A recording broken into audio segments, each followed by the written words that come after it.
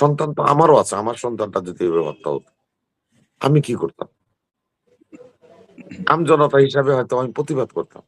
তা আপনারা তো গোয়েন্দা বিভাগে চাকরি করেন, আপনারা তো পুলিশের বড় বড় কর্মকর্তা, আপনারা তো ডিজিএফ এর বড় বড় কর্মকর্তা, আপনারা এনএসআই সিডির বড় বড় সিআইডি ডিবির বড় বড় কর্মকর্তা। আপনার সন্তানরা যদি এইভাবে রাস্তায় মারা যাইতো আপনি কি করতেন? সেই কাজটুকু করেন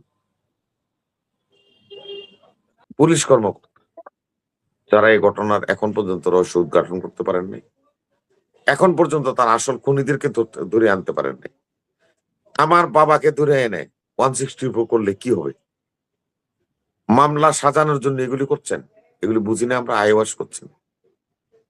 আমার গাড়ির ড্রাইভারের ধরে এনে 164 করবেন, তাতে কি মামলার কিছু হবে?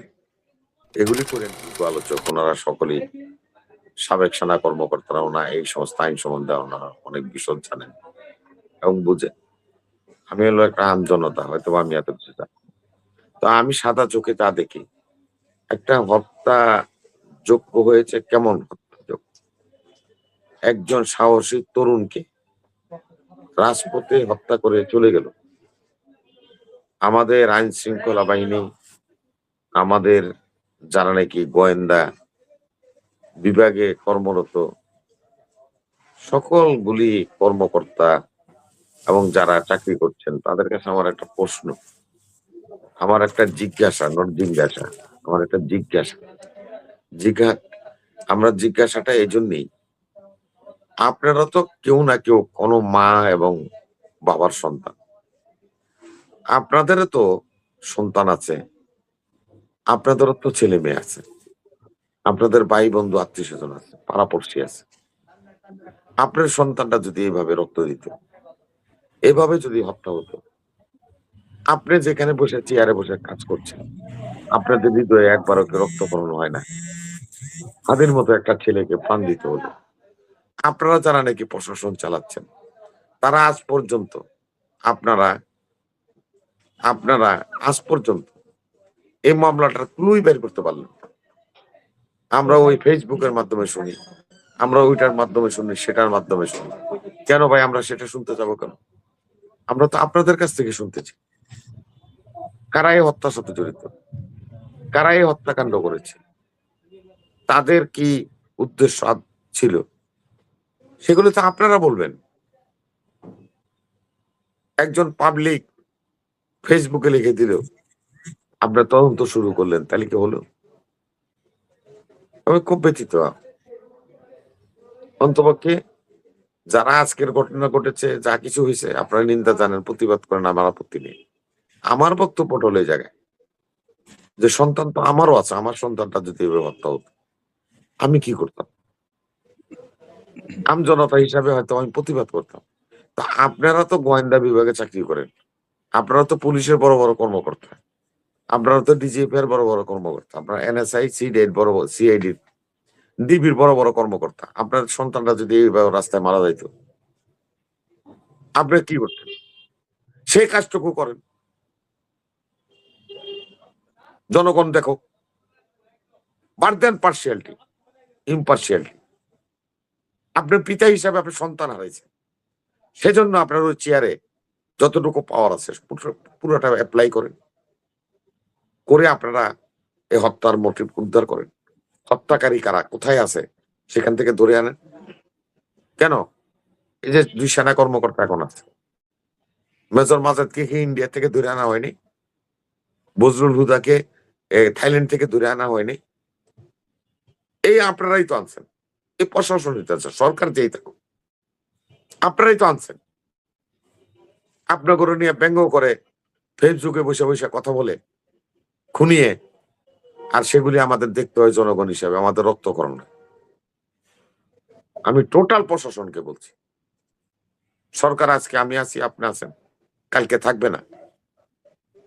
হাসিনা 17 বছর রাজ সিংহাসন বানিয়েছিল, ছাত্র জনতার রক্তের মাধ্যমে ওই সিংহাসন টুকরা টুকরা হয়ে গিয়েছে, খান খান হয়ে ভেঙে ভেঙে পড়েছে।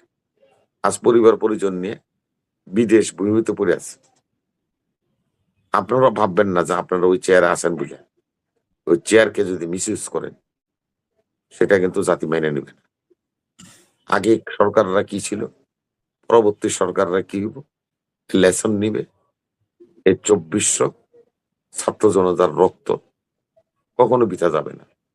যদি কোন সরকার পরবর্তীতে ক্ষমতায় আসে, কোন দল, কোন নেতা ক্ষমতা আসে, তারা যদি মিসইউজ করে ৭১ এর রক্ত বৃথা গেলেও ২৪-এর রক্ত বৃথা যেতে এই প্রজন্মের সন্তানরা দিবে না। আপনাদেরকে আমি সাবধান করে দেব।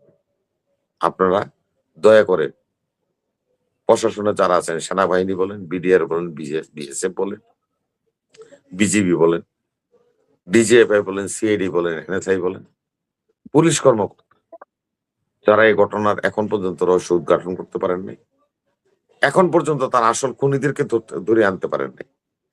আমার বাবাকে ধরে এনে 164 করলে কি হবে? মামলা সাজানোর জন্য এগুলি করছেন? এগুলি বুঝি না আমরা আইওয়াশ করছেন।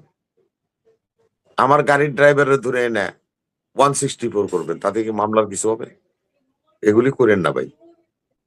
এই পূর্বের বহু সরকার আসছে গেছে, আমরাও সরকারে ছিলাম, এমন ঘটনা অনেক ঘটছে। কিন্তু আসল খুনিরা বাইরেই থাকছে বিচারের এবং আইনের আওতার বাইরেই থেকেছে। বরঞ্চ আপনাদের এই সমস্ত ফাইজলামি করার জন্য আসল খুনিরা নিষ্কৃতি পেয়েছে। আপনারা এই অন্যায় কাজটা করেন না।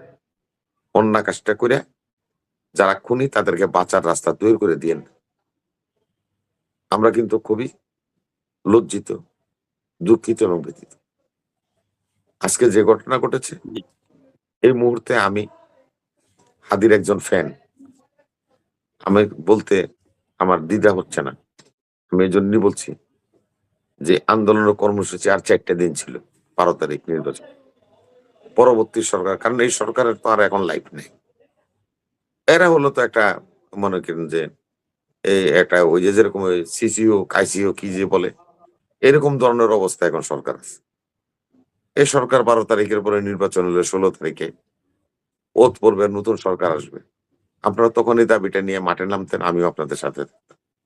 আমার ভাই ফেরদৌস আজিজ থাকতো, আমার ভাই হাসিনুর ভাই থাকতো, এবং হাদির মৃত্যুর পরে তারা দুজন রাজপথে ছিল, প্রতিবাদ করেছে। আমরা কথা দিলাম যে আপনারা এই পরবর্তী সরকার আসলে নির্বাচিত সরকারের কাছে আমরা দাবি করব, এই যে জনগণ হিসাবে কে কোন দল করলাম সেটা আমাদের কাছে বড় কথা নয়। হাদির মতো একটা লোকের জন্য আমরা সবাই এক হব এবং এক হয়ে আমরা করব। এখন আপনারা সবকিছু থেকে নিবৃত থাকেন। নির্বাচনকালীন সময় আপনারা নির্বাচনটা সুষ্ঠুভাবে হওয়ার ব্যবস্থা করেন। আবারও আহ্বান করব, সবাই হ্যাঁ ভোট দিবেন এবং আমি আমার দলের পক্ষ থেকে দানি শেষে একটা ভোট আপনাদের কাছে আশা করি।